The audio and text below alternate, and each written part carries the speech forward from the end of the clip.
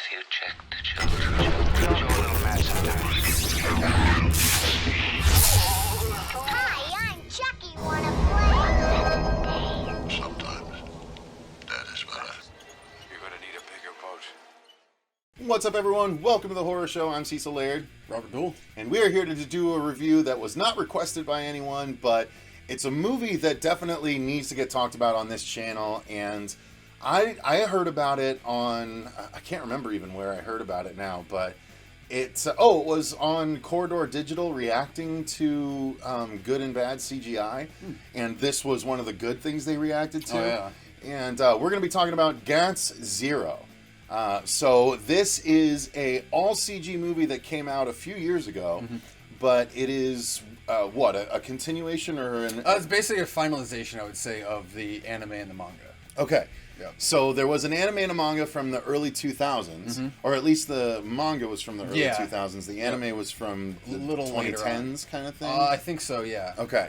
So, yeah, this is, I guess, just, a finalization and ending to it, but it didn't really feel like a defined ending. No, so. it didn't. I was kind of hoping they would put out another one. But honestly, it works as its own sort of thing. I thought the Zero was like, this is the prequel. Like, you can see this, it's before everything else. So to find out it's the end of everything, that's kind of interesting. But nonetheless, it's a very, very simple story.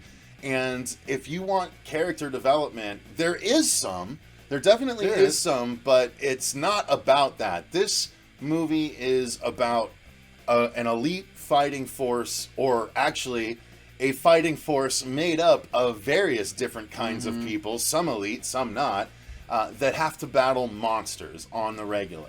So it actually starts with this guy who's trying to get home to a family member, and he unfortunately is a brave person, sees something bad going on a subway, tries to intervene, and ends up getting shot for it. And actually dies, but doesn't fully die. He instead wakes up in this really cool, badass suit and is joined by some faces that he's never seen before, with a machine in front of him kind of delivering directions, so to speak. Yep, which is called Gantz. It is called Gantz? Yeah, that thing? the black orb is called Gantz and everything. Okay. Because they're basically it's a game, in a sense. Okay. It's a survival game. Okay. So each person throughout the city, whether it be Osaka, Tokyo, and everything, because each place has a different team and everything to fight these monsters. So whomever dies is transported into this basically apartment building. But the monsters are real and The stuff, monsters right? are real. Yeah, okay. And everything. Yeah, they are real. And that's why you start seeing the military and everything at the end, all the other crap, people recording it and everything like that. Right. But yeah, it gets blows way out. Oh my god. So the whole thing ends up, I thought it was just like he gets sent on his first mission with this group of people. One is kind of an old man, one is a woman that doesn't seem like she should be there either, and then one's a super overconfident young guy, and it's definitely a motley crew, but they're sent to this place where they, none of the people that have already played the game have ever been sent before. Was it Tokyo? I can't remember. Oh, they are based in Tokyo. Oh, they are based in Tokyo, but they get sent they are in Tokyo and they got sent to Osaka. Okay, yeah. So but they weren't expecting to get sent there. Exactly, yeah, because normally Usually they always stick in Tokyo. They always stay in their city. So they were sent, but it's because there's a huge incursion of monsters.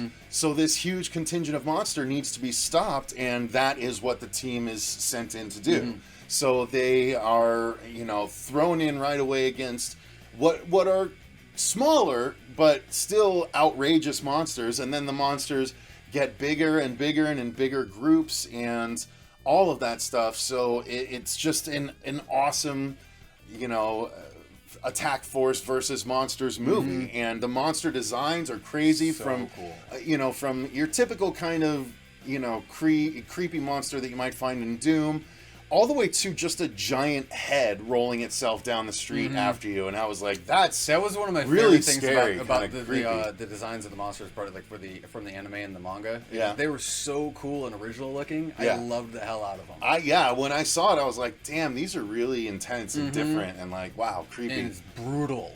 Yeah, definitely. Brutal. They don't hide it. No, because that thing eats people, Mm-hmm. and they show a lot of that stuff. So that's the long and short of the story. It's people versus monsters, and the monsters upscale and get cooler and cooler, and in a very sort of anime way, they like level up, and like even when a monster gets taken down, it's not its final form. Well, and so to speak. that's the cool thing about this whole gameplay, basically, if you want to call it that. So basically, with the goal of the game is to score your 100 points. With getting that, if you score your 100 points after you survive your match, you are giving a bonus menu, Right. which is either extra weapon or like stronger weapons. You get to resurrect a dead teammate, or you can leave the game. And that's basically the whole goal of it. Really, is to survive and get out. You get 100 points. Yeah, that's really all it is. But it's the trick of getting the 100 points. And if you die, you just have to hope you get resurrected, or that's Well, it. it's not even that, but it's like even like you better have a minute little heartbeat. That's the only way you're getting resurrected. Right. Yeah. So yeah, it's really well unless someone brings you back from the dead. Well, at exactly, the but they end, have yeah. to score that 100 points. Right, exactly. So that's the only thing you have hope for.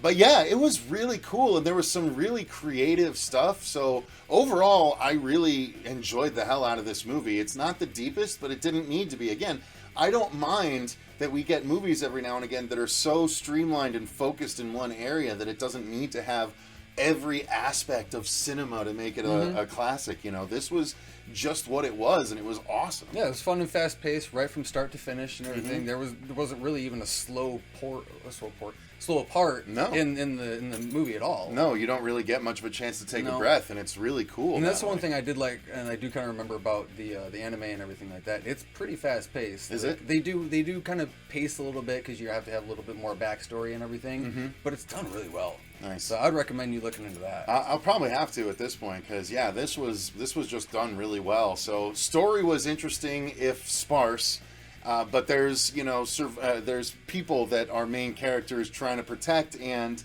he ends up meeting another girl from another group from the Osaka group. Yep. And she is. You know, the jiggle physics are on heavy display here in this movie. I know. I had to laugh about that. Like I was watching it with my buddy Matt and everything. I'm just like, for a tight rubber leather suit, those things bounce like leather. Jiggle physics on big display for a tight leather gown. Yeah, or tight leather outfit. Yeah, her character was actually kind of annoying, but she's the one that like kind of makes fun of him for being so brave and everything at first, but.